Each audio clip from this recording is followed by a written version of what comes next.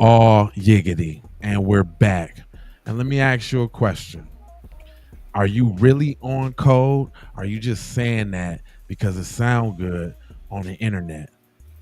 See, we kicking off this how to stay on code series, right? And the first episode is going to separate the real from the confused. It's not about no clout. This is about real survival. So we'll be right back on the Keep It P podcast.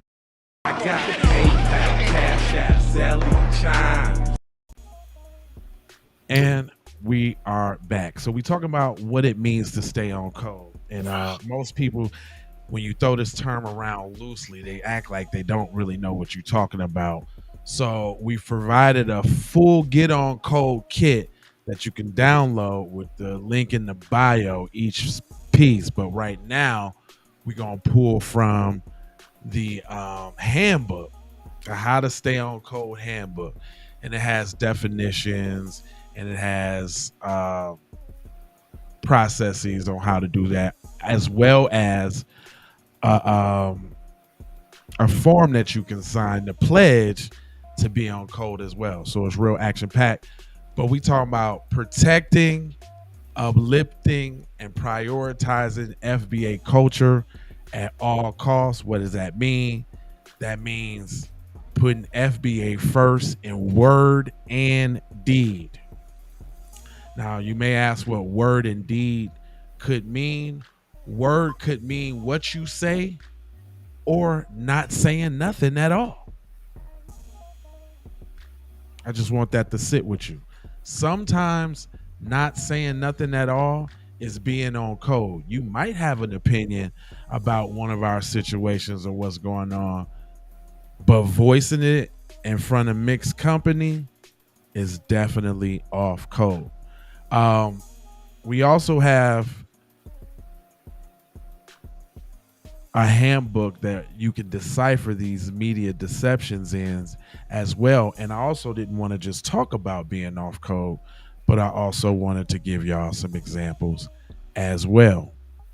So we gonna start with this dude, Antoine Daniels.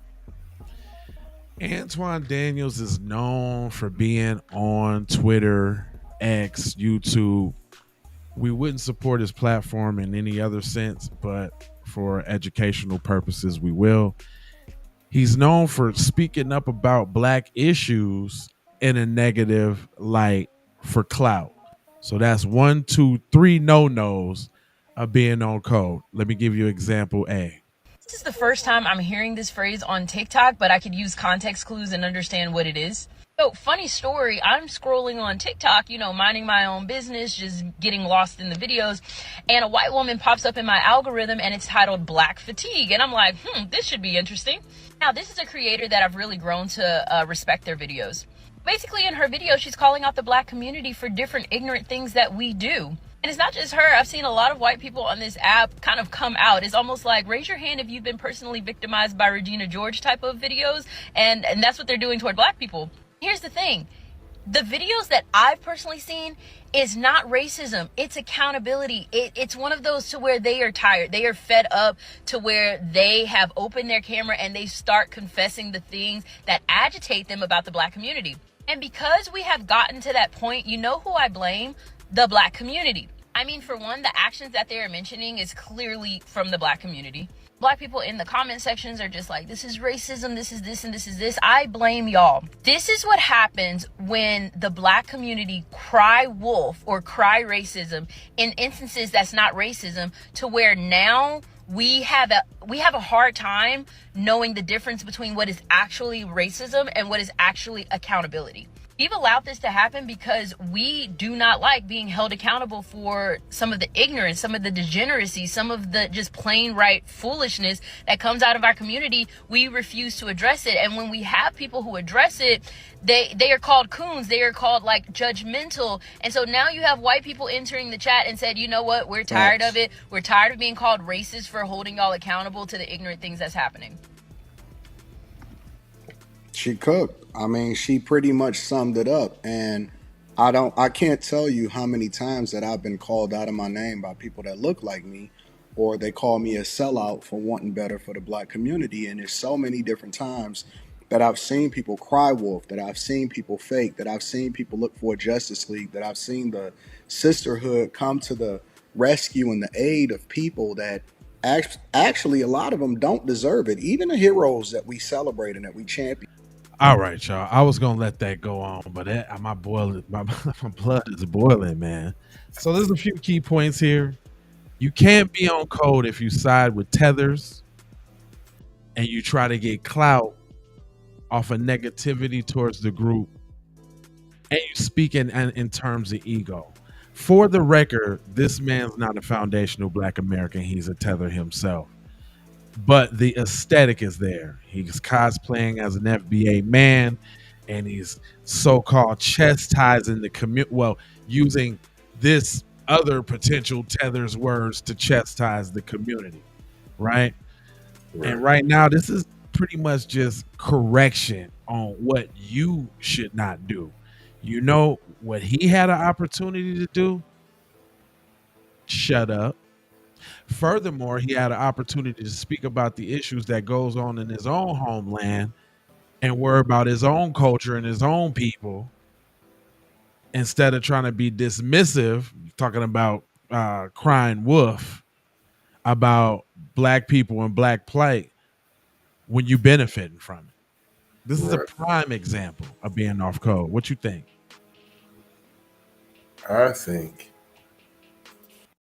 I got PayPal, Cash App, Zelle, Chime. Hope you got yours, cause I got mine. I'm talking Payoneer, Netspend, Venmo, Stash. Too many ways for you to run my cash. Cut the check, reparation, cut the check, reparation, cut the check, reparation, cut the check, reparation, cut the check, reparation, cut the check, reparation, cut the check, reparation, cut the check. Yeah, well, if you talking compensation, it's about that time. and that's all I gotta say about that. That's right.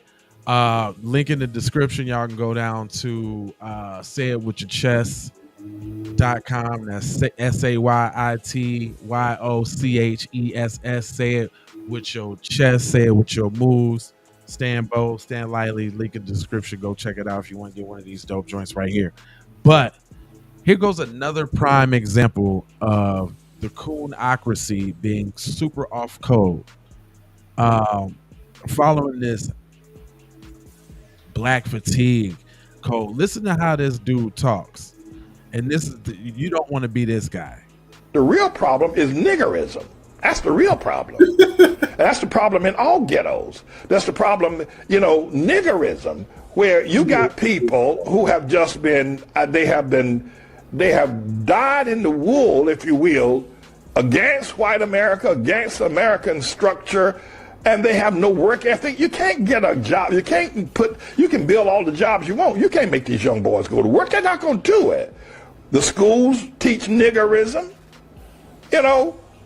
and that's why the immigrant problem is such a major issue, is because Latinos, Mexicans have not been indoctrinated with niggerism. Niggerism is to let the government take care of you.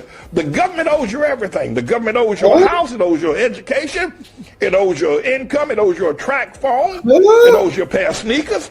I mean, and this is niggerism. And that's what all the black, the Hamite, if you will, politician, and progressive, if you will, Japheth politicians, that's what they teach. And niggas have just been beat down to the point where they have no work ethic. Detroit is suffering from a case of niggerism.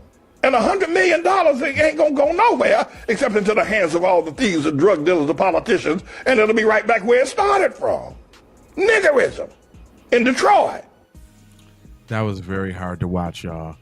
I ask you, can you spot how many ways he was off code? I mean, the ways. Yeah, can you count the ways? I mean, we got siding with them other folks, siding with the Tethers, clout chasing, and mad ego. Who are you to tell people? Who are you, old man? You could have kept all of that to yourself without that cooning fest that you did. please don't let this be this, y'all. Matter of fact, I'm gonna hold y'all to this. I'm gonna hold y'all to this. If y'all go look in the link in the description, you will see the handbook in that joint. And in the back of the handbook, this is just how I'll give you a brief overview of it. But in the back of the handbook, y'all, we got so look, y'all got a couple definitions of terms that we use. But if you go all the way back in the handbook, man, we got a pledge, man, because we ain't just talking this. We want it to really be real. It says, I pledge loyalty to my lineage, my people, and the code that protects us. You say it, you sign it, then you live it, right? It's in there, it's PDF, you print it out. This is where the rubber meets the road right now. Now it's no longer about watching internet videos. It's really about manifesting a tangible commitment.